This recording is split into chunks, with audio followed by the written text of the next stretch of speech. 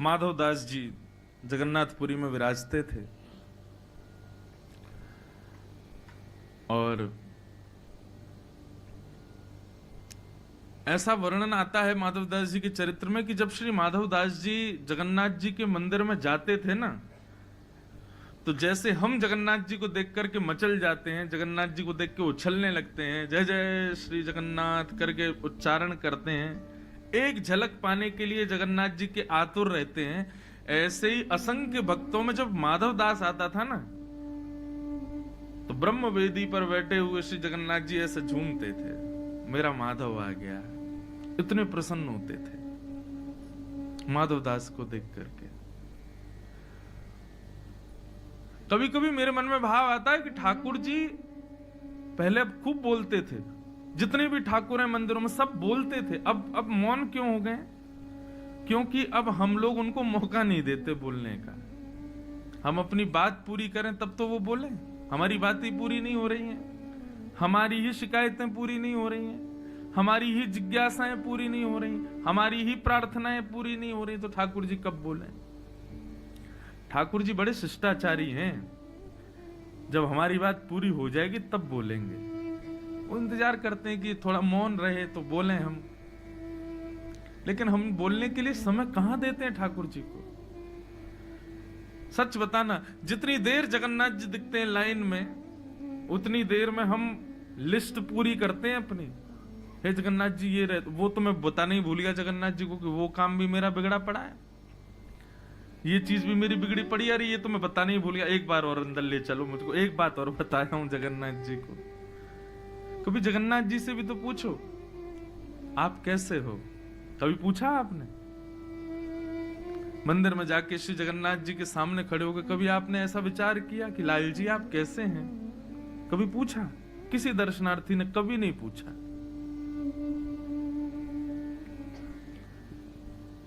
हमारा भाव होता है जब भी हम ठाकुर जी को वृंदावन से बाहर कहीं भी दर्शन करते हैं, तो हमारे मन में ऐसा भाव आता है कि हमारे ब्रज के लाला हैं। बेचारे जैसे अपने घर का बालक हॉस्टल पढ़ने चला जाए, अपने घर का बालक विदेश में नौकरी करे, तो कभी हमारा उस क्षेत्र में जाना हो तो उस घर के सब लोग कहते हैं भैया हमारा बेटा रहता, उससे पूछिए ना, सब ठीक है ना, कोई दिक्कत तो नहीं। ऐसी जब हम श्री ठाकुर जी को ब्रज के बाहर कहीं दर्शन करते हैं, एक दिन तो मन में भाव आता है लाल जी कैसे हो, सब ठीक है ना? आप सच बताना, कोई व्यक्ति आपसे पूछ ले आप कैसे हो। कई बार ऐसा होता है कि जब हम बहुत पीड़ा में होते हैं ना, बहुत दुविधाओं में होते हैं, बहुत व्यस्त होते हैं, सबको लगता है हम बड़े सुखी हैं, हम बड़े व्यस्त हैं, हम बड़े अच्छे हैं, हमारा सब बहुत बढ़िया चल रहा है, लेकिन उस बीच में कोई प्रेम से आकर के पूछ ले आप कैसे हो, फिर शब्द नहीं आते, फिर तो आंसू आते हैं कि किसी ने पूछा कि मैं कैसा हूं। लेकिन ठाकुर जी के सामने हम सब बस ये बताते हैं हम कैसे। कभी ठाकुर जी से पूछा आप कैसे हैं? हमको लगता है वो भगवान है, परम प्रसन्न होंगे, बढ़िया ही होंगे, सब आनंद में ही होंगे। ये सब शास्त्रीय पद्धति से ठीक हो सकता है, हमारी ब्रज की पद्धति में ये सब नहीं चलता। हमारे ब्रज में तो वो लाला ही है, और जैसे सबको कष्ट है, जैसे सब दुखी हैं, जैसे सबको कोई ना कोई पीड़ा है, ऐसे हमारे लाला को भी कोई ना कोई पीड़ा वैसे तो कभी ना हो। सब ब्रजवासी यही कामना करते हैं हमारे बिहारी जी राजी रहें, हमारे राधा मन लाल प्रसन्न रहें, हमारे जगन्नाथ जी खूब आनंद में रहें। लेकिन फिर भी कभी प्रयास करना, जगन्नाथ जी तो जगन्नाथ जी, आप पूछेंगे ना कैसे हो, आपके हाथ पैर कांप जाएंगे, आप ही द्रवित हो जाओगे। पूरे दिन बैठे रहते हैं, सब भक्तों को दर्शन देते हैं, सबकी सुनते हैं, कोई उनसे पूछे आप कैसे हो? माधवदास जी का ये स्वभाव था, वो जब भी जगन्नाथ जी के सामने जाते थे तो जगन्नाथ जी की राजी पूछते थे आप कैसे हो ठाकुर जी, आज भोग लगा ढंग से, आज पुजारियों ने कोई त्रुटि तो नहीं करी, आपकी सेवा बढ़िया चल रही है, वस्त्र आपको सुख तो दे रहे हैं, कोई कष्ट तो नहीं। इसलिए ठाकुर जी माधवदास जी से बात करते थे कि मेरी सुध लेता है, ये जानते हुए भी कि मैं परब्रह्म हूं, फिर भी मेरी सुध लेता है। सुध वो ही ले सकता है जिसको परवाह हो। लेकिन हमको अपनी परवाह से फुर्सत कहां, हम ठाकुर जी की सुध कहां से लें।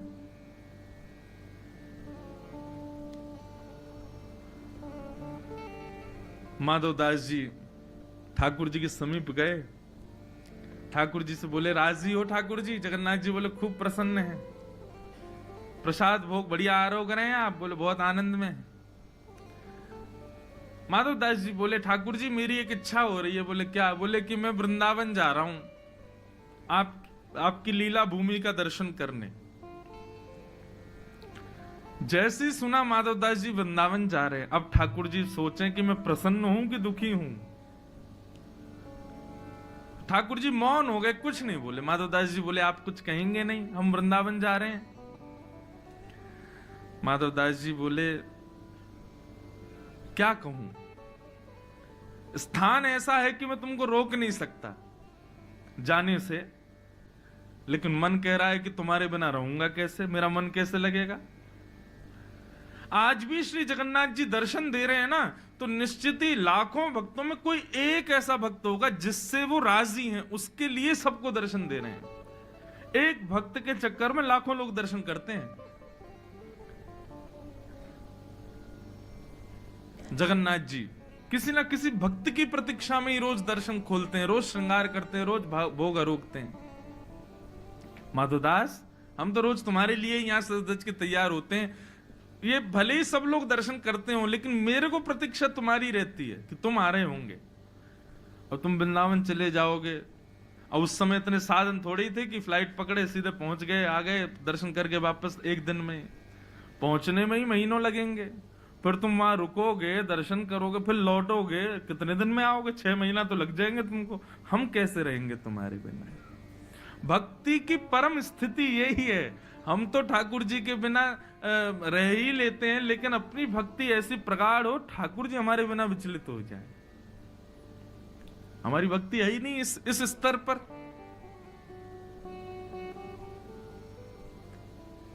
माधवदास जी के वृंदावन जाने के प्रसंग को सुन करके श्री जगन्नाथ जी बोले माधव तुम्हारे बिना कैसे रहेंगे हम, हमारा मन ही नहीं लगेगा। भोग तो लगेगा लेकिन स्वाद नहीं आएगा, श्रृंगार तो होगा लेकिन सुंदर नहीं लगेंगे, आरती तो होगी लेकिन हमको प्रसन्नता नहीं होगी। माधवदास जी बोले तो फिर अब बताओ क्या करें, फिर वृंदावन नहीं जाएं? बोले नहीं, ऐसा भी नहीं चाहते कि तुम वृंदावन नहीं जाओ, वृंदावन तो जाना ही चाहिए। बोले आप ही बताओ निधान क्या करें। जगन्नाथ जी बोले हमको ले चलो संग में, तुम्हारे संग रहेंगे तो वृंदावन भी चलेंगे, प्रसाद भी पालेंगे। माधवदास जी ऐसे बोले ये असंभव है, आपको कैसे ले जाऊं? 2 कारण हैं आपको ना ले जाने के। ठाकुर जी बोले क्या? बोले पहला कारण तो आप इतने भारी हो, हम अकेले तो आपको ऐसे नहीं कि चढ़ाए कंधा पे ले गए। दूसरा आपको इतनी भूख लगती है, मैं दिन भर देखता हूं 7 बार आप भोजन करते हो। 7 बार होता है? 8 बार? 7 बार? हमारे यहाँ तो अष्टयाम होते, 8 बार करते हैं। हमारे यहाँ एक भोग ज्यादा लगता है, वो बताऊं कौन सा? ठाकुर जी का बाल भोग लगता है। सुबह उठते ही ठाकुर जी उठते पट दूध पियो, दूध और लड्डू पीते खाते हैं सुबह उठते ही। अष्ट सखा तो कहते हैं ठाकुर जी तब तक नहीं उठते जब तक यशोदा मैया दुग्ध को गिलास लाल जी के मुंह ना लगा दे। लाला को ऐसे सर उठाएंगी और जैसे ही जो पात्र है दुग्ध का उसको मुंह से स्पर्श कराएंगे, दूध एक घूंट अंदर जाएगा, तब ठाकुर जी की आंख खुलती। बोले अच्छा मैया वो रह गई। और उसके संग फिर लड्डू पाते हैं। बताओ, यहां हम सवेरे उठते ही हाथ देखें, पृथ्वी प्रणाम करें, बाकी बात माता पिता को प्रणाम करें, बाकी बात शौचाचार निवृत्त नहा धो के तब कोई अन्न जल ग्रहण करते हो। हमारे ठाकुर जी उठते ही झूठे मुंह दूध पीते हैं पहले तो, और बिना दूध पवाए अगर ठाकुर जी उठा दिए तो पूरे दिन झोंका ही आते रहेंगे, नींद ही आ रही है अभी। क्यों? वो थापन भोग नहीं दिया हमको, तो सुबह उठते ही भोग लगाएंगे। फिर उसके बाद यशोदा मैया नवावे ना ठाकुर जी है, अपनी साड़ी के एक भाग को गीलो करके वही ते आंख पहुंच दे, वही ते मुंह पहुंच दे, वही ते गलो पहुंच दे, हाथ पाथ पहुंच दे, है वो लाला तैयार। क्यों? छोटो लाला है, कहीं बीमार नहीं है जाए।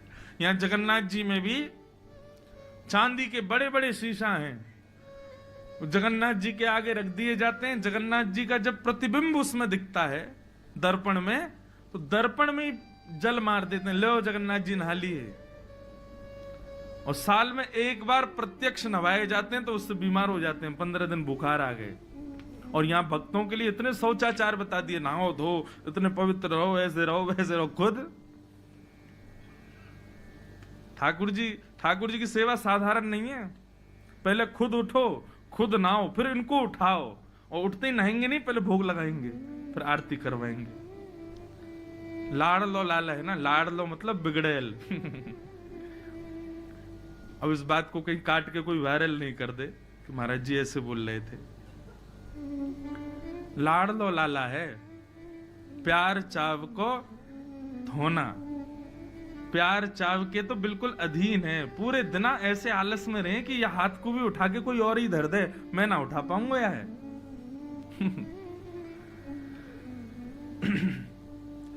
तो एक भोग एक्स्ट्रा हमारे यहां कौन सा लगता है पता? श्रम भोग। कौन सा भोग? श्रम किसे कहते हैं? मेहनत। कौन सी मेहनत करें? कछु तो करें ना, पूरे दिन मंदिर में बैठे रहे, कहा मेहनत करें? बोले भैया पुजारी लोग श्रृंगार करें ना, सिर पे मुकुट धरा में, गले में माला पहना में, हाथ के नीचे पटका लगा दें, पीतांबरी पहना में, तो यही थे ठाकुर जी थक जाएंगे। अरे थक गो मैं तो हमारे वृंदावन में, ब्रज में, श्रीनाथ जी में, नाथ द्वारा में श्रम भोग आता है ठाकुर जी को। तो काहे से थक गए? बोले अपनो श्रृंगार करावे से ही थक गए। बताओ, कभी कभी तो विश्वास ही ना हो, इनने कंस मारो भी हो सच में कि अपने आप ही मर गो, श्रृंगार करावे में थक जाए। श्रम भोग। तो माधवदास जी बोले इतना भोग लगता है आपको, मैं आपको वृंदावन लेके जाऊं, रास्ता भर भोग ही पवा तो जाऊंगा। ठाकुर जी बोले देखो हम हल्के तो हम हो जाएंगे, और रही बात भोग की, तो भाई वृंदावन जाने के लिए हम कुछ भी कर सकते हैं। श्रीमद् भागवत में केवल एक जगह ऐसा लिखा है कि सर्वकाल सुखावम। ठाकुर जी कहते हैं मुझे वृंदावन मिल जाए, फिर चाहे मुझे भोग मत लगाओ, मेरी आरती मत करो, मुझे नवाओ मत, मेरी सेवा मत करो, मुझे सब स्वीकार है, बस वृंदावन ले चलो। मुझे वृंदावन बहुत प्रिय है। जैसे कई लोग कहते हैं ना, बस हम वहां पहुंच जाएं, फिर चाहे कहीं रह लेंगे, कोने में जगह दे देना। ऐसा कई स्थानों के प्रति हमारा ऐसा भाव होता है। ऐसे ही ठाकुर जी का वृंदावन के प्रति भाव। भोग मत लगाओ चलेगा, स्नान मत कराओ चलेगा, श्रृंगार मत करो चलेगा, भूखे रह लेंगे लेकिन ले चलो वृंदावन। तो जगन्नाथ जी बोले हम हल्के हो जाएंगे, और रही बात भोग की तो हम भूखे रह लेंगे, व्रत कर लेंगे। वृंदावन जाने के लिए व्रत करना पड़े तो मंजूर है, लेकिन वृंदावन ले चलो। माधवदास जी बोले पूरी जगन्नाथपुरी मेरे पीछे भागेगी, ये पंडा पुजारी सब जान से मार देंगे अगर मैं आपको ले गया तो। अब ठाकुर जी यहीं बैठे रहो, बहुत भक्तों को विरह देते हो, 6 महीना आप भी विरह सहो अब। और 6 महीना का अवकाश दे करके माधवदास जी चले गए। जगन्नाथ जी की आंखों में मोटे मोटे अश्रुबिंद आ गए, मेरा माधव जा रहा है मुझे छोड़ के। जगन्नाथ जी को समझा रहे हैं माधवदास जी, जैसे कोई बालक को समझाता है। अरे मैं आ जाऊंगा, रो मत आप, मैं अभी आ जाऊंगा। सोचो कैसी भक्ति माधवदास की। उसके मंदिर से निकलने पर श्री जगन्नाथ जी विरहातुर हो रहे हैं। एक बार हम ना दंडवती परिक्रमा लगा रहे थे गोवर्धन की, एक बार लग गई बस बहुत है, वो लगाई ली बस हमने जैसे तैसे। वैसे ब्रजवासी इनको ज्यादा व्रत नियम करवे की आवश्यकता ना है, ब्रजवासी कर लें तो बहुत बड़ी मानो। ठाकुर जी भी देखें वाह ब्रजवासी दंडवती कर रहा है। तो एक बार हमने दंडवती करी, तो हमारी दंडवती प्रसिद्ध है, मैं कथा में कई बार बता चुका हूं, लेकिन माधवदास जी से थोड़ी मिली हुई बात है इसलिए बता रहा हूं। दंडवती लगाने में एक हिष्ट पुष्ट व्यक्ति को ज्यादा से ज्यादा 1 सप्ताह का समय लगेगा। 1 सप्ताह में दंडवती 21 किलोमीटर की हो जाती है, और ज्यादा शीघ्र भी नहीं करना चाहिए, तो 1 सप्ताह लगता है। लेकिन हमको लगे 16 दिन, और 16 दिन भी कैसे लगे। पहली दंडवती के 10 दिन के पड़ाव हमने पूरे किए दीपावली के पास। तो दीपावली पर 10 दिन हमको पूरे हुए तो हम पहुंच गए थे जतीपुरा। और जतीपुरा पहुंचते ही महाराज घर वालों के फोन आए, बोले कि भैया अब दंडवती में ही रहोगे, दीपावली है, घर आ जाओ। हमने कहीं बीच में परिक्रमा छोड़ के आ जाएं, तो बोले अरे ब्रजवासी को तो सब छूट है, आ जाओ। तो हमने कही गिरिराज बाबा अब हमारी कथाएं हैं और कुछ दिन के लिए घर जा रहे हैं, फिर कथाएं उससे जब अवकाश मिलेगा तब आएंगे बाकी पूरी करने। तो दंडवती 10 दिन की वहां पूरी करके हम चले गए। फिर उसके बाद हमको समय मिला होली के पास। तो होली के पास 6 दिन और लगाए। तो हुआ क्या कि वहां आज भी गोवर्धन में आपको पता होगा 3 महात्मा ऐसे हैं, वो 3 परिक्रमा रोज लगाते हैं, 21 किलोमीटर की 3 परिक्रमा रोज। तो जब हम दंडवती लगाते थे ना, तो वो बाबा, तीनों बाबा पीछे से आते, जानते थे, जैसे ही हमको देखते तो पीछे से प्रणाम कर लेते थे। मैंने बाबा आप प्रणाम मत करे, अरे नहीं नहीं, ब्रजवासी हो, वक्ता हो, व्यास जी के पुत्र हो, कथा सुनाते हो और आप दंडवती लगा रहे हो। आज तो गिरिराज जी भी आनंदित हो रहे होंगे, बताओ ब्रजवासी दंडवती लगा रहे हैं। तो उनसे बैठ के ऐसे संवाद होता था। अब 10 दिन लगावे के बाद हम तो चले गए कथा करने। 6 महीना बाद जब मैं अपनी बची हुई दंडवती पूरी करने आया तो बाबा ने पीछे से देखा, उनको लगा इन्होंने दूसरी दंडवती शुरू कर दी है। एक हो गई 6 महीना पहले, अब ये दूसरी दंडवती लगा रहे हैं। तो बाबा इतने भाव विभोर, धन्य धन्य, जय हो भैया गिरिराज बाबा, ब्रजवासीन की जय। यहाँ लोग एक बार दंडवती लगाएं तो 5 साल तक आते नहीं, आपने 6 महीना में दूसरी शुरू कर दी। मैंने बाबा पहली चल रही है अभी तो 10 दिन पूरे हुए हैं, 6 दिन अभी तो जतीपुरा पे छोड़ के चले गए 6 महीना पहले, अब बची हुई पूरी करने आए हैं। तो बाबा बोले अरे राम राम, फिर तो आप तो बिल्कुल ही वो, बताओ 7 दिन में पूरी हो जाती है आपकी, 6 महीना ते भी अटकी पड़ी है, इतना समय क्यों लग रहा है। तो मन में एक भाव आया, मैंने कि देखो बाबा,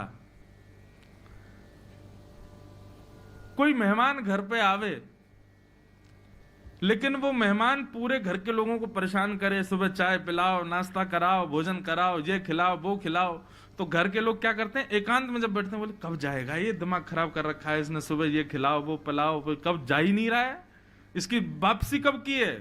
बोले 5 दिन हो रहे। अरे राम 5 दिन कैसे कटेंगे। मैंने कहा लेकिन कई मेहमान घर में ऐसे आ जाते हैं, मैंने कि वो चाय की पत्ती भी खुद ही ले आते हैं, बच्चों को 500 रुपये रोज दे देते हैं, घर में रोज मिष्ठान आ रहा है, रोज घर के लोगों को खिलाने ले जा रहे हैं और पैसा खर्च खुद ही कर रहे हैं। तो ऐसे मेहमान के जाने का समय आता तो घर के लोग रोते हैं, भैया ये जा क्यों रहा है, 2-4 दिन और रुक जाए, अरे 5-6 दिन और रुक जाओ। कई बार तो इतने हम अधीन हो जाते हैं कि मेहमानों की टिकट तक कैंसिल करवा देते हैं, भैया तुम जाओ मत, तुम रुको, हमारे संग ही चलना। तो मैंने कि बाबा जो लोग 7 दिन में परिक्रमा करके चले जाए ना, गिरिराज बाबा उन्हें भगा दे, बोले अरे जल्दी जाओ तुम कर आगे भैया, तुमको खूब बल मिल जाए कि जल्दी तुम्हारी पूरी है जाए परिक्रमा। मैंने हम 6 महीना ते अटके पड़े हैं गिरिराज बाबा, रोज के नेक और रुक जाओ, एक दिन और रुक जाओ, नेक और हमारे पास रहो। मैंने कि हम प्यारे लग रहे हैं गिरिराज जी को, यहाँ हमारे 6 महीना से अटके पड़े हैं यहीं पे, जो जल्दी चले जाए समझो कि गिरिराज बाबा जल्दी भगा दिए। तो ये भाव सुन के बाबा इतने प्रसन्न हो गए, बोले अरे आपके भाव देखो। अब कहने को तो वो कितनी दुर्बल बात है कि बताओ 7 दिन में होने वाली परिक्रमा 6 महीना से अटकी पड़ी है, लेकिन हमारा भाव बोलो कि भैया गिरिराज बाबा जानबूझ के ना लगन दे रहो ताकि हम और दिन कछु उनके पास रहें, ब्रजवासी इनको पा करके बाबा और प्रसन्न है रो है, गिरिराज बाबा और आनंदित है रो, या हमारे 6 महीना से अटके पड़े हैं। तो श्री माधव दास जी के प्रति भी जगन्नाथ जी का वही स्नेह, बार बार माधव दास जी से कहें कि मत जाओ, अरे रास्ता बड़ा दुर्गम है, रास्ते में तुमको बड़ी आदि व्याधि हो जाएंगी, ऐसे हो जाएगा, लेकिन चाहते भी हैं कि ये वृंदावन जाए। अंत तो गत्वा माधव दास जी जगन्नाथपुरी से चले गए। उस दिन जगन्नाथपुरी में घनघोर बारिश हुई, मानो जगन्नाथ जी रो रहे हैं, मेरा माधव जा रहा है। माधव दास जी अकिंचन थे बिल्कुल, ज्यादा भूख प्यास भोजन इसकी उनको ज्यादा जरूरत नहीं, जगन्नाथ जी का दर्शन ही उनका भोजन था, बिना दर्शन के भोजन नहीं सुहाता था। चित्त में श्री जगन्नाथ जी बैठे हैं, वृंदावन की यात्रा पर जा रहे हैं। एक दिन व्यतीत हो गया, चलते चलते दूसरा दिन व्यतीत हो गया। रात्रि में किसी गांव में जाकर के किसी वृक्ष के नीचे सो जाते। वृंदावन की यात्रा चल रही है। तीसरा दिन प्रारंभ हुआ। श्री माधव दास जी एक एक सप्ताह भी जल पी करके रह लेते थे, उनको भूख ज्यादा लगती नहीं थी। लेकिन आज तीसरा दिन ही प्रारंभ हुआ और सुबह उठते ही माधवदास जी ने जैसे ही स्नान किया, स्नान करते ही उनको भूख लगने लगी। इतनी जोर की भूख लगी महाराज की अब तो वो व्याकुल हो गए। माधवदास जी मन में विचार करें कि इतनी व्याकुलता मुझे संपूर्ण जीवन में नहीं हुई, मुझे इतनी व्याकुलता क्यों हो रही है, मुझे इतनी भूख क्यों लग रही है, मुझे इतने अन्न की प्यास क्यों लग रही है। फल ढूंढने लगे, नहीं फल मिले तो व्याकुल हो गए, कहां जाऊं, क्या खाऊं। नीम के पत्ते खा लेते हैं, किसी वृक्ष के पत्ते ही तोड़ के खा लेते हैं, पेट भरे कैसे भी, इतनी व्याकुलता। तब ये गांव दिखाई दिया। माधवदास जी दौड़ करके गए और किसी का गेट खटखटाने लगे। एक बुजुर्ग मैया बाहर आई, बोले मैया मैं आपके आगे हाथ जोड़ रहा हूं, मुझे आप कैसे भी करके कुछ पवा दीजिए, मुझे बहुत तेज भूख लगी है। अरे बाबा ने डटो, बिराजो। बोले अब रुकने का समय नहीं है, कच्चे चावल बन जाएं, रूखी रोटी दो, कुछ भी दो, और कुछ नहीं तो आटा ही दे दो, मैं खा लूंगा, मेरा पेट भर जाए। इतनी व्याकुलता। मैया ने रोटी सब्जी आदि सब पात्र में रख करके माधवदास जी को दी। माधवदास जी तो ना देखें कि कैसे क्या खाना है, बस खाते जा रहे हैं, खाते जा रहे हैं। सामने बुजुर्ग मैया आकर के बैठ गई। बोले बाबा ने आराम थे, ने धीरे थे। अरे भैया गले में अटक जाएगा, ने प्रेम ते पाओ, और अकेले अकेले पाए जा रहे हो, इतनो सारो खाए जाओ, बगल में नेक सो सांवरो सो बालक बैठो, या तो खवाओ। माधवदास जी बोले कौन बालक बैठा है? बोले आपके बगल में देखो कितनो प्यारो सो बालक बैठो है, बेचारो ऐसे टुकुर टुकुर आपकी थाली की ओर देख रहा, उसको क्यों नहीं पवा रहे हो? माधवदास जी के साथ कोई नहीं था।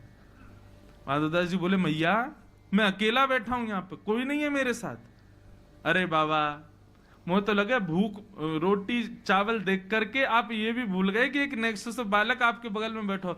माधवदास जी बोले बैठा कहाँ है, मुझे तो नहीं दिख रहा। बोले बगल में बैठा है। बोले कैसा दिखता है बताओ? बोले बड़े बड़े नेत्र हैं, सांवला सा स्वरूप है, और ऐसे छोटा सा बालक है, घुंघराले केश हैं। जैसे ही रूप कांति का वर्णन किया माधवदास जी समझ गए। बोले जगन्नाथ जी संग ही चल रहे हैं। तभी मैं कहूं मुझे भूख क्यों लग रही है, क्योंकि 3 दिन से तो कुछ पाया नहीं है। अब हम तो सह लेते हैं, कब 1 सप्ताह तक भूख, इनसे सहन नहीं हो रही, इसलिए मुझे भूख लग रही है। माधवदास जी को तो दिखे नहीं ठाकुर जी। माधवदास जी प्रसाद पाकर के बाहर आए, नेत्र बंद करके जगन्नाथ जी का स्मरण किया। बोले जय जय, मैंने मना करी ना, आप मत चलिए, आपसे भूख सहन नहीं होगी, आप आ गए। बोले कि अब हमारा विग्रह जगन्नाथ जी में बैठा है, लेकिन आत्मा से तो प्राण से तो हम आपके संगी वृंदावन जा रहे हैं। और निश्चित मानो माधवदास, जब कोई जगन्नाथपुरी से वृंदावन जाता है ना, तो मैं एक क्षण के लिए उसके संगी जाता हूं, फिर आ जाता हूं वापस। लेकिन एक बार को कोई वृंदावन जाए तो मुझे इतनी रुचि लगती है कि मैं उसके संगी जाता हूं। माधवदास जी बोले अब क्या करें, आपको तो बार बार भूख लगेगी। अब तो यही हो गया कि माधवदास जी दिन में 8 बार भोजन कर करके पहुंचे वृंदावन। क्यों? ठाकुर जी संग चल रहे हैं। वृंदावन पहुंचे। अब तो माधवदास जी की स्थिति ये कि उनको थोड़ी में देर में ही भूख लगे, आप परेशान हो गए। बोले काय को चले आए आप संग में, नेक देर चलता नहीं हूं, कितने में भूख लगाती, जहां बैठे बैठे भूख लगे आती ठाकुर जी को, चलते होंगे तो और पच जाता होगा भोजन, और भूख लगती होगी। माधवदास जी वृंदावन पहुंचे। अब नियम तो वैष्णव का ये कि वृंदावन जाते ही वैष्णव मंदिरों का दर्शन करते हैं, लेकिन माधवदास जी को इतनी भूख लगी कि यमुना जी के तट पर पहुंचे। यमुना जी में स्नान किया, तुरंत कहीं से चने लाए, और चने ला करके रूखे चने ही खा ली। क्या करें, भूख मिटाएं कैसे भी, चने खा लिए। चने खा करके जब थोड़ी भूख शांत हुई, तब माधवदास जी बोले अब चलो वैष्णव मंदिरों के दर्शन करें। यमुना जी को प्रणाम किया। वृंदावन में विचरण करते हुए श्री वृंदावन बिहारी लाल के दर्शन करने के लिए जैसे ही निधिवन राज पहुंचे, निधिवन में कुंज बिहारी विराज रहे थे, स्वामी श्री हरिदास जी सेवा कर रहे थे सब रसिक संतों के साथ में। माधव दास जी दर्शनार्थियों में बैठे थे और अंदर बिहारी जी की सेवा चल रही थी। अच्छा, बिहारी जी अभी मंदिर में विराजते हैं, पहले तो कुंज में ही विराजते थे, वन में विराजते थे, निधि वन में। स्वामी श्री हरिदास जी सेवा करते करते अंदर से बाहर आए और दर्शनार्थियों बोले, भैया तुम में से माधव दास कौन है? माधव दास जी बोले, इनको मेरा नाम कैसे पता है? माधव दास जी बोले, भैया हम हैं। बोले, तुम जगन्नाथपुरी से आए हो? बोले, हाँ आया तो जगन्नाथ। आपको कैसे पता मेरा नाम? आपको कैसे पता मैं जगन्नाथ? मैं तो पहली बार वृंदावन आया हूं। बोले, अरे हमारे बिहारी जी ने तेरा नाम बतायो है। माधव दास जी तो व्याकुल हो गए, बोले, बिहारी जी भी जानते हैं मुझे? जगन्नाथ बिहारी जी में कोई अंतर थोड़ी, एक ही है। स्वामी श्री हरिदास जी बोले, इतको आओ। माधव दास जी उठ करके गए, स्वामी जी के पास में जाकर के बैठे, स्वामी जी से बोले, बताइए ना बिहारी जी को मेरा नाम कैसे पता? उनको कैसे पता मैं जगन्नाथपुरी से आया हूं? तो बताए, एक ही तो हैं जगन्नाथ जी और वो। तो माधव दास जी बोले, क्या बोला बिहारी जी ने? बोले, बिहारी जी ने ये बोलो कि मैंने भोग रखो ठाकुर जी के आगे, और जैसे ही भोग रखो तो बिहारी जी ने मुंह फेर लिया। बोले, भूख ना लग रही। मैंने, क्यों? आप तो भोजन देख करके मचल जाते हो, आज कह रहे हो भूख ना लग रही? बोले, अरे कहा करूं, माधव दास आया हो, माने मुंह को रूखा चने खवा दिए, और रूखे चने खावे तो मेरो पूरा गलो सूख गयो, मेरो पेट भर गयो। रूखे चने ही मेरो पेट भर दियो आज वाने।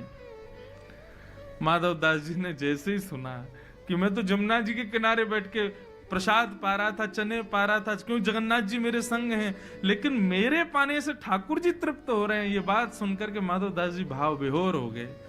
स्वामी जी बोले, अब चल तो को बिहारी जी के दर्शन कराएं। जैसे ही कपाट खोले, एक क्षण को जगन्नाथ जी दिखे, दूसरे क्षण में बिहारी जी, फिर एक क्षण को जगन्नाथ जी, दूसरे क्षण में बिहारी जी। माधव दास जी आनंदित हो। दिनों दिन तक निधिवन राज में ही रोते रहे, बिलखते रहे, कितना प्रेम करते हैं श्री जगन्नाथ जी मुझसे। मैं पाता हूं तो पेट इनका भरता है, हम तृप्त होते हैं तो पेट इनका भरता है। जगन्नाथपुरी में तो ये बात सार्थक है कि महाप्रसाद का भोग जगन्नाथ जी के सन्मुख रखने के बाद सब वैष्णवों को दिया जाता है। इसलिए स्कंद पुराण में वेद व्यास जी कह रहे हैं, एक तिनका भी झूठा मत छोड़ो। क्यों? क्योंकि आप नहीं पा रहे हो, आपके गर्भ में बैठ करके श्री जगन्नाथ जी पा रहे हैं महाप्रसाद को। आप तृप्त होगे तब जगन्नाथ जी तृप्त होंगे। कहीं आपने महाप्रसाद को अतृप्त होकर के स्वाद में कुछ इधर उधर जान करके आपने छोड़ दिया, तो आप सोचना कि जगन्नाथ जी भूखे रहेंगे आपकी वजह से। इसलिए आकंठ होकर के पाओ।